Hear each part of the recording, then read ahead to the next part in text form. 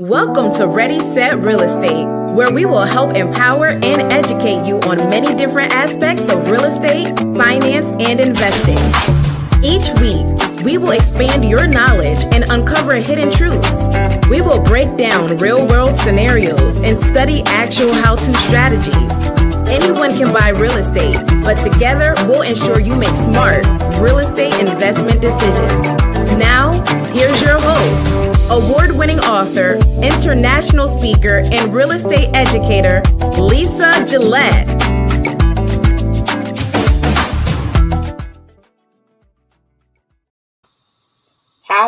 Happy Wednesday. Welcome back. I finally got my camera to work. Woo woo. I finally got my camera to work. This is distracting me for now. Let's remove this. Okay. All right. Let's see here. I am happy we're in December. Best month of the year. Because your gal was born in this month. I just celebrated another wonderful trip around the sun. And I am just in a great space. Everything's good. Everything has been good. I've been working on different things. I was sitting in the background laughing to myself over the fact that I was looking at the intro video and I'm looking at the clips that we used to put that together, and my hair is short and it's dyed different colors, and I'm like, I'm tempted, this is a lot right now. This is a lot. I'm tempted to get back to the shorter haircut. It's just easier. It just feels lighter. It's easier. We'll see. Maybe next summer. I was thinking about doing locks this summer, doing micro locks, and then I changed my mind. And yeah, curly kinky hair. The journey of the curly kinky hair, girl. Yeah. So I've recently allowed my hair to grow out, but now I'm kind of I like it short. I prefer it shorter. Anyway, that's not what you came to the show to hear about. You have come to hear about the lingering fear of negotiation in post-pandemic home buying. It's a long title. I was trying to make a point here. The cover itself, the show cover, I called it Pandemic Bidding Wars as Buyers Spooked. That's my clickbait for you all. Listen, we're on episode 255 of the show. We are going strong. It has been a long journey here. I cannot believe so forgive me. I have not looked at the Spotify Wrap to look at our statistics. I'll mess with that sometime later today. I'm sure we came up short than we did last year because I was pumping out episodes back to back. But as I've been in my last year of school, I haven't really been focusing as much on being consistent with the show. My bad. So but I show up. I still show up at least once a month. I've been showing up at least once a month. Okay, real quick. Before I jump into the show segment, I just want to give you some announcements here. So we have noticed, at least I've been noticing, I'm an active. Let me just do introductions here. Let's just rewind. For those of you who are new to the show, welcome. Say hi, say hello. Press 1 lets me know you're here. Press 2 lets me know you shared it. Drop a comment in the chat below. Thank you for those of you who are streaming and watching the replay on any and all of your favorite social media platforms. We're streaming on Facebook, LinkedIn, YouTube, Instagram. Where else? We're on the podcast platforms, and we're there. Wherever you are, we're there. That's the goal, is to be where you are and make it easy for you to tune in. That's my spiel. That's what happens when you've not been on camera for a while. I'm like, oh my gosh, look what's going on with me. No, I love my hair. It's just, I know what I prefer to do, which is wear it short. It's all good. Anywho, and let's see, do disclaimers. I'm not going to do classroom style today. We're just going to do a discussion. I've been messing around with some marketing stuff this week and this morning. We've got new listings, we've got new escrows, we've got closed escrows, happy clients. We have new projects underway coming in for 2025.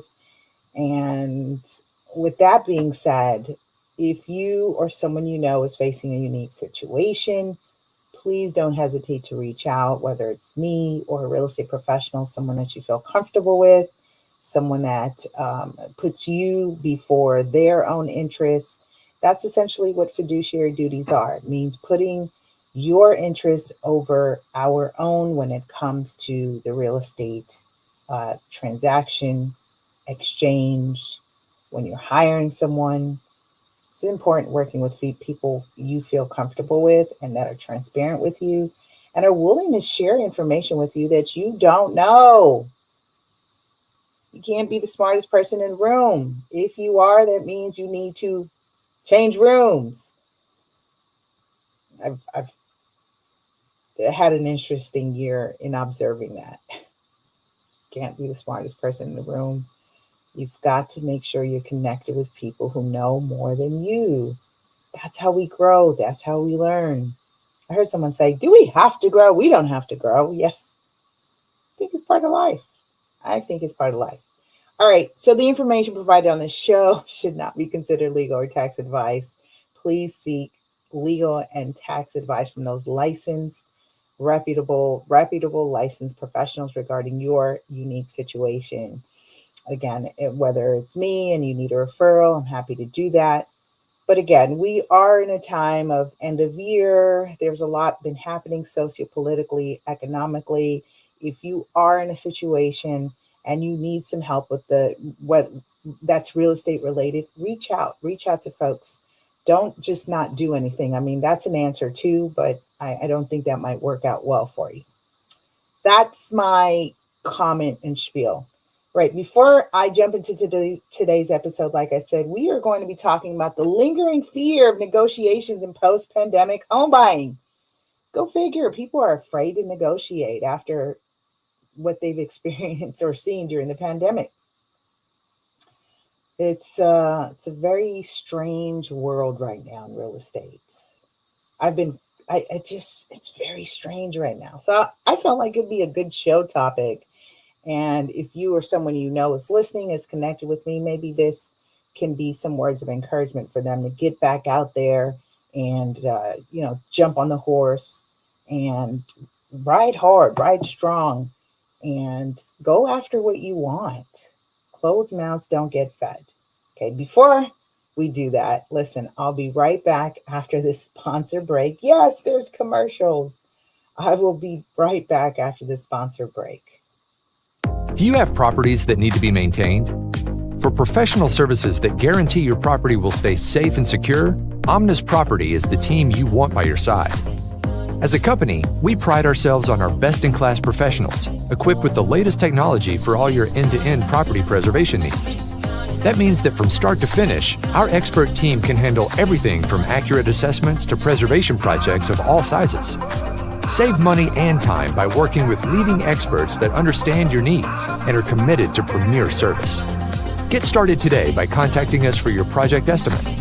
Visit www.omnispreservation.com or call 310-957-9132. All right. Shout out to our show sponsor, Omnis Property Solutions. You can check them out at omnispreservation.com. It's always great to have industry professionals support this real estate podcast. Definitely not pushing cosmetics here. Definitely not pushing vitamins here. Although I'm hearing that's kind of what's the leading trend is vitamins and I think beauty and vitamins. So says Gary V. I didn't check the surveys or numbers, but that makes sense. It makes sense. We've moved into a time where people are a little bit more health conscientious, myself included. I spent a good bulk of this year really focusing on uh, building core muscles and doing some weightlifting and focusing on drinking more water. I got this as a gift, so I've got my drinking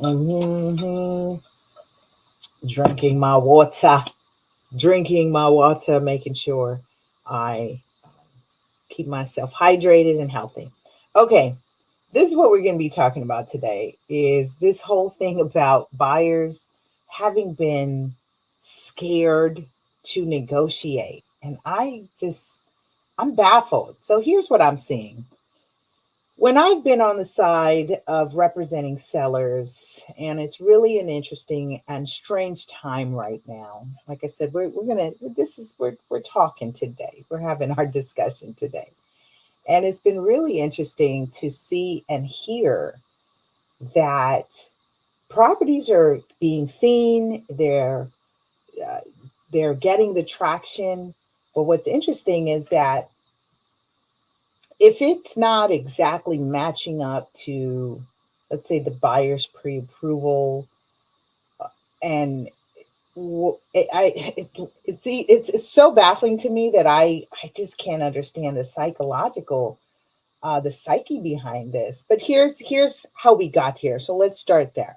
How do we get here? During the pandemic, we saw bidding wars, right? We saw people being home buyers. We saw they were willing to waive appraisals, waive loan contingencies.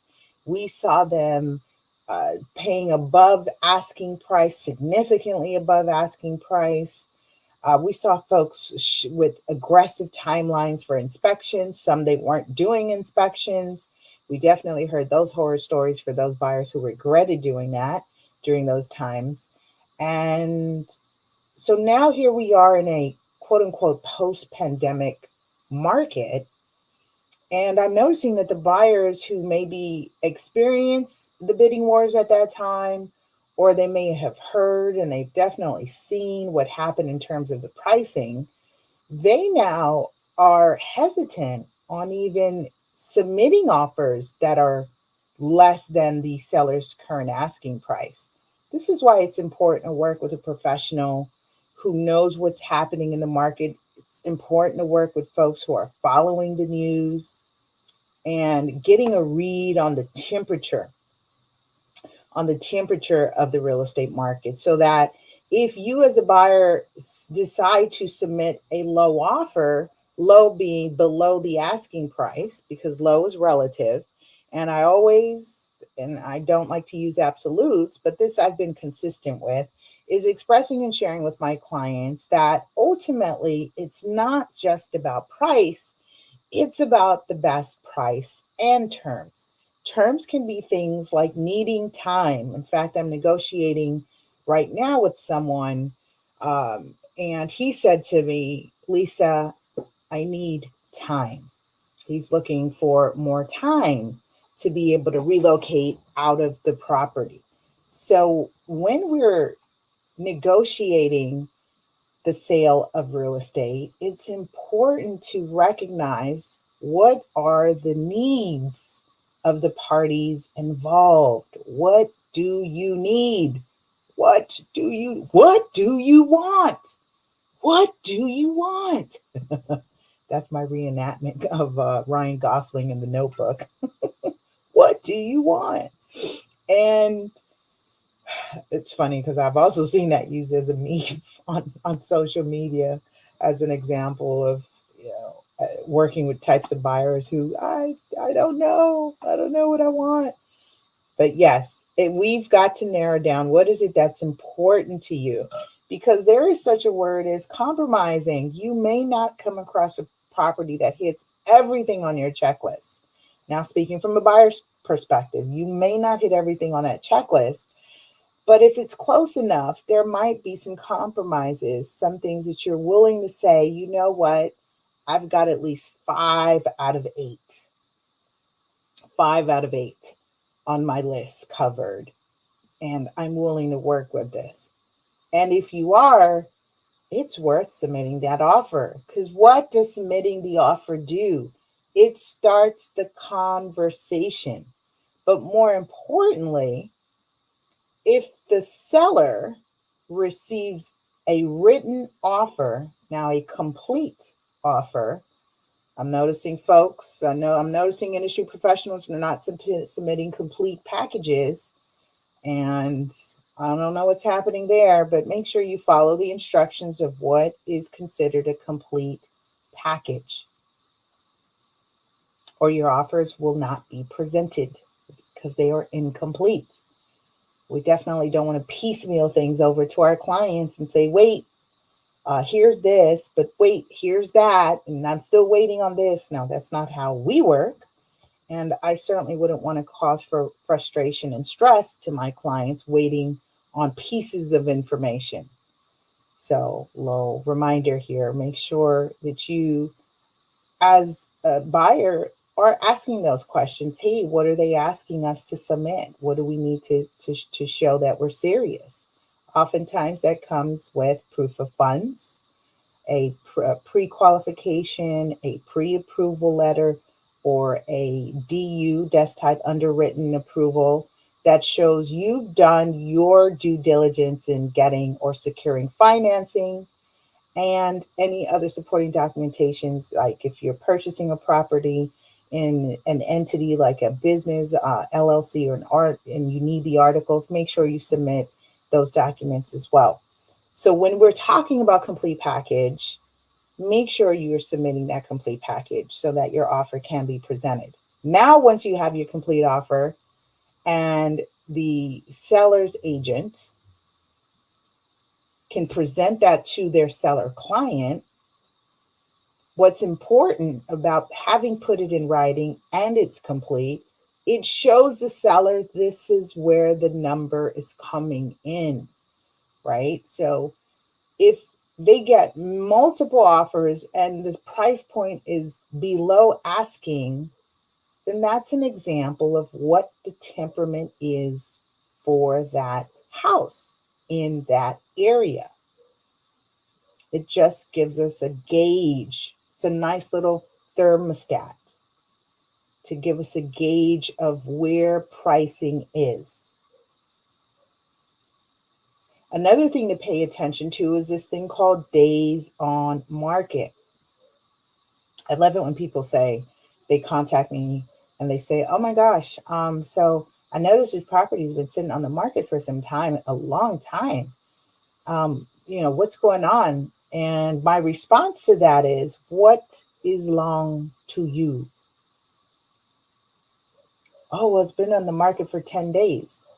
Well, the days on market on average in that area is 14 or 25 or 35 or 60 or 90. So it's important also that you understand days on market. As a buyer, don't assume just because it's been on the market for 20 days that that's a long period of time. Not necessarily, because the average days on market for that particular area could be longer. I know when we've sold in areas outside of the, let's say, LA Basin area, that's where we focus, is greater LA. And we have opportunities where we sell out of the area as well. It's important to understand those days of markets for those areas and those sub-markets, because you could potentially, right, be running into not understanding what's happening in terms of price in that area. You can apply it across the board for all submarkets, cities, counties, states, across what you were just looking to in your real estate searches. You look at an area or a zip code and you favorite and you see they're popping in at different prices. Then you see one as a outlier and say, oh, that's overpriced, and oh, that's sitting on the market too long. Not necessarily. But you as a buyer right now, have an opportunity as more inventory is starting to inch up. There's still more options that are coming to the market. But without you, we're all integral to this process and this experience of home buying, this experience, this real estate, trend is right now. You have all, I've said this all year long, you'll all sit on the fence. And then when rates drop, prices drop, you all jump in at the same time, thereby creating these multiple bid situations, rather than looking at it as an opportunity for you not to have competition or be competing with other buyers during this time of relatively, higher rates. And I say relatively, okay, because 6.5, 6.7, I'm not a loan officer, I'm not a lender, but relatively 6.7 interest rates with 7.02 APR doesn't necessarily mean those are high rates, because some of our folks purchased at a time when rates were 11%, 12%.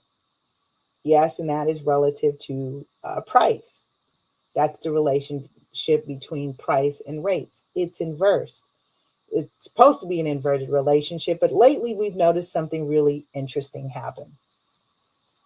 Is that necessarily hasn't caused prices to dip as much as people are expecting to dip, because rates are high. Why? Because there is still an increase of buyer demand.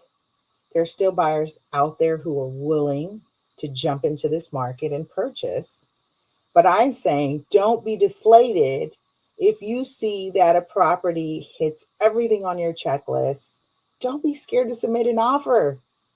That's what starts the conversation. And not only that, but you give the seller an insight to the psyche of buyers. What are they thinking? If everyone's submitting below the asking, then that means what? That means it's kind of, again, what's our temperature, our gauge? It helps the seller understand a little bit more what's happening out there as well. Not just from our data, not just from our numbers and our conversations that we're having. It then really makes it real. Here's what people are willing to pay. Oftentimes, it's great to run the numbers and run the data and say, this is what something is worth. But ultimately, what gives it its real value is what someone is willing to pay and what the bank is really willing to finance. That's ultimately what it comes down to. All right. That's my rant for today. Keeping it short, sweet, and simple. Listen, you have a productive week, fantastic and productive week. We'll see you next week on another information-packed episode right here on your favorite podcast. And we'll see you next week, guys. Take care. Be well. Bye. Thank you for listening to the Ready, Set Real Estate Podcast with Lisa Gillett, the LA Super Agent. Please like, subscribe, and share LA Super Agent everywhere on your favorite podcast platform.